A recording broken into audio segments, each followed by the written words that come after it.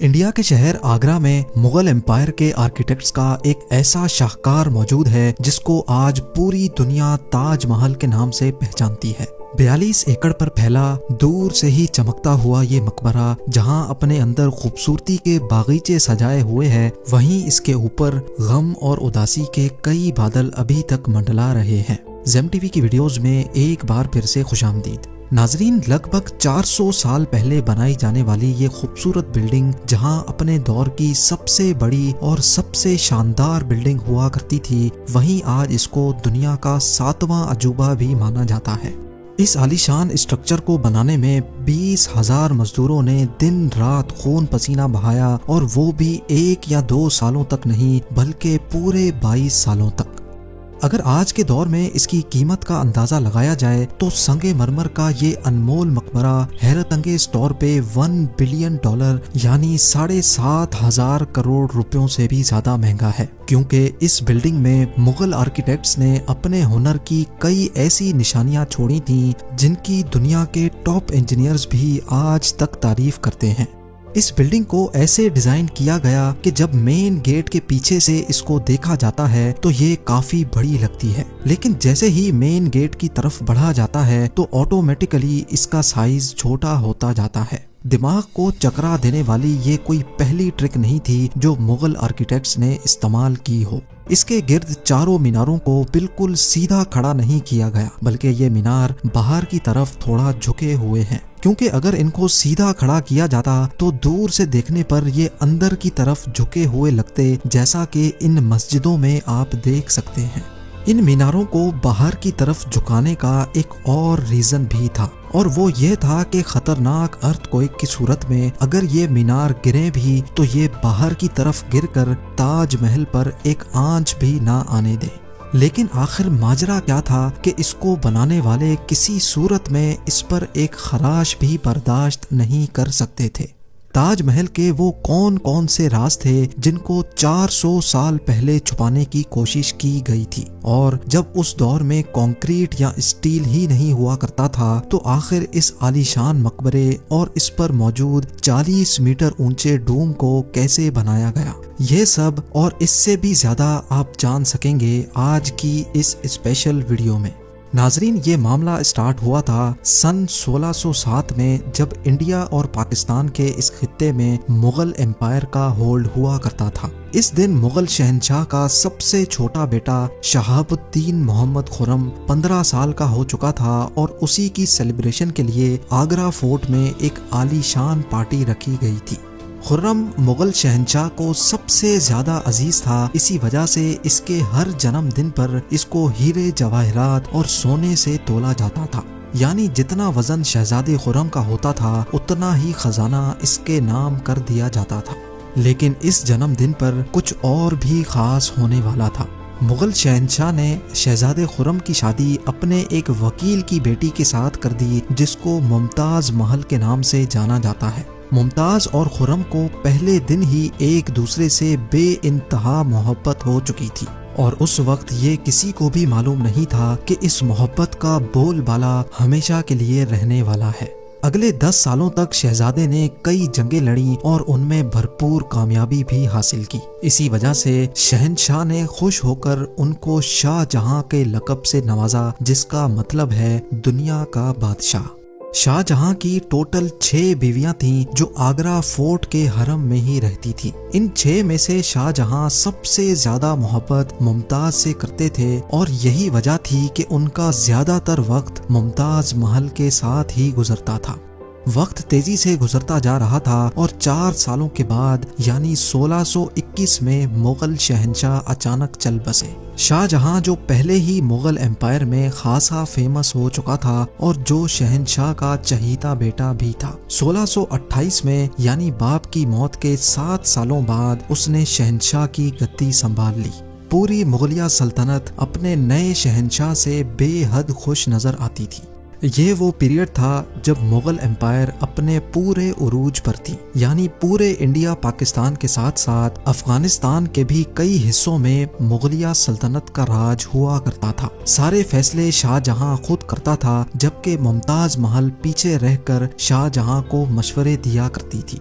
लेकिन किसी को भी इस बात का इल्म नहीं था कि ये खुशियां अनकरीब मातम में बदलने वाली हैं। गद्दी संभाले अभी 1 ही साल गुजरा था कि एक बार फिर से मुगल एम्पायर को दुश्मनों का सामना करना पड़ा। अगले 2 साल जंग चलती रही और शाहजहां को इस जंग में भी भरपूर कामयाबी नसीब हुई। लेकिन शाहजहां अभी इस कामयाबी का जश्न मनाते कि उनको एक अफसोसनाक खबर से आगाह किया गया। मुमताज महल, जो कि शाहजहां के 14वें बच्चे को जन्म दे रही थी, उसकी हालत बिगड़ गई और 17 जून सन 1631 को वो ना चाहते हुए भी इस दुनिया से चल बसी। पूरी मुगलिया सल्तनत का जश्न देखते ही देखते मातम में बदल गया। ये खबर जो शाहजहां पर आग बनकर गिरी थी, उसने तो जैसे इनकी दुनिया ही खत्म कर डाली। शाहजहां की सबसे पहली मोहब्बत और उनकी सबसे अजीज बीवी मुमताज महल इस दुनिया से रुखसत हो चुकी थी। कहा जाता है कि इस गम की परछाई ने शाहजहां को काले अंधेरों में धकेल दिया था। अगले 8 दिनों तक उन्होंने कुछ नहीं खाया और अगले 2 सालों तक ना कोई मौसीकी सुनी और ना ही परफ्यूम लगाया। मुमताज महल ने मरने से पहले एक आखिरी ख्वाहिश की थी। वो चाहती थी कि उनकी कब्र दुनिया के सबसे खूबसूरत मकबरे में बनाई जाए। इस टास्क को और मुमताज महल की आखिरी ख्वाहिश को पूरा करने के लिए शाहजहां ने अपनी सारी दौलत और पूरी जिंदगी वक्फ करने का इरादा कर लिया। मुमताज के गुजरने के 6 माह बाद यानी 1632 में ही ताजमहल की कंस्ट्रक्शन का काम शुरू कर दिया गया। करीब 20,000 से भी ज्यादा मजदूर, पत्थर तराश और कारीगरों को पूरी सल्तनत से इकट्ठा किया गया। लश्करों के लश्कर शाहजहां के हुक्म पर आगरा बुलवा लिए गए थे। क्योंकि मुमताज की कब्र यमुना रिवर के बराबर में मौजूद थी, इसी वजह से इस जगह पर दुनिया की सबसे खूबसूरत बिल्डिंग बनाना काफी मुश्किल टास्क था। रिवर के किनारे जमीन काफी सॉफ्ट होती है और अगर यहाँ खुदाई का काम किया गया तो पानी का बहाव ताजमहल की फाउंडेशन को भी नुकसान पहुंचा सकता था। इस मसले से निपटने के लिए मुगल इंजीनियर्स ने यहाँ सबसे पहले जमीन के अंदर कई कुएं खुदवाना शुरू किए। मजदूर ये कुएं तब तक खोदते रहते जब तक खुश्क जमीन नजर ना आ जाती थी। इन कुओं को पत्थरों और गारे से भरा गया और फिर उसके ऊपर पत्थरों के बड़े बड़े कॉलम्स खड़े किए गए। इस सारे काम को अंजाम देने के लिए मजदूरों के साथ साथ हाथियों की एक बहुत बड़ी फौज को भी इस्तेमाल किया गया।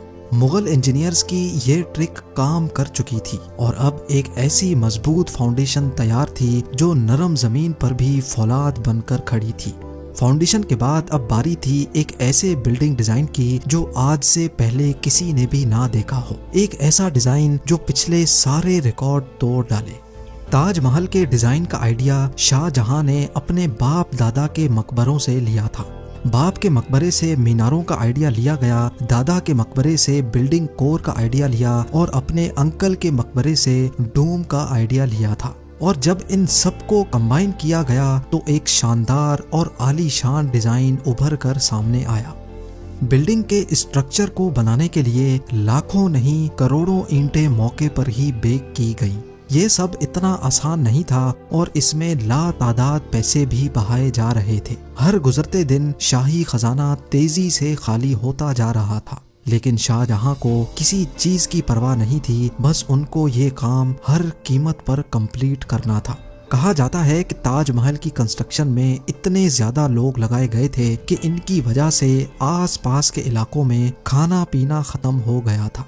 20,000 मजदूरों और कारीगरों की डिमांड पूरी करने के लिए शाहजहां ने आसपास के तमाम इलाकों से अनाज आगरा मंगा लिया था।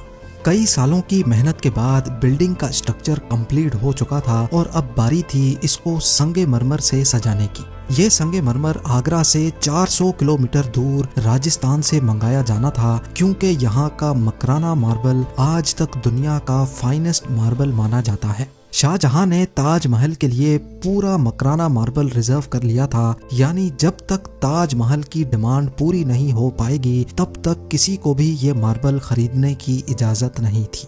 1000 हाथियों की मदद से हजारों टन वजनी मार्बल राजस्थान से आगरा मंगाया गया। ताजमहल का ये खूबसूरत डोम इतना बड़ा है कि इसका अंदाजा सिर्फ आंखों से देखकर ही लगाया जा सकता है। आजकल इस तरह के डोम बड़ी आसानी से स्टील स्ट्रक्चर पर बनाए जा सकते हैं, लेकिन 400 साल पहले 40 मीटर ऊंचे डोम को बनाने में उनके पास सिर्फ पत्थरों का ही सहारा था।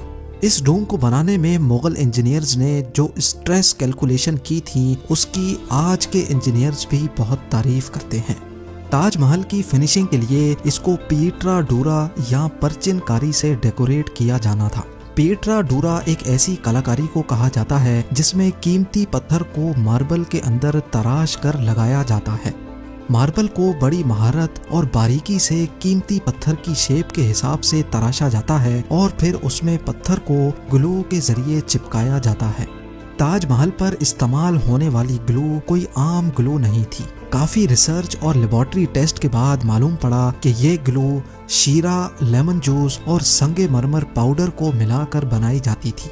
वही सेम ग्लू आज भी ताजमहल की रेनोवेशन के लिए इस्तेमाल की जाती है।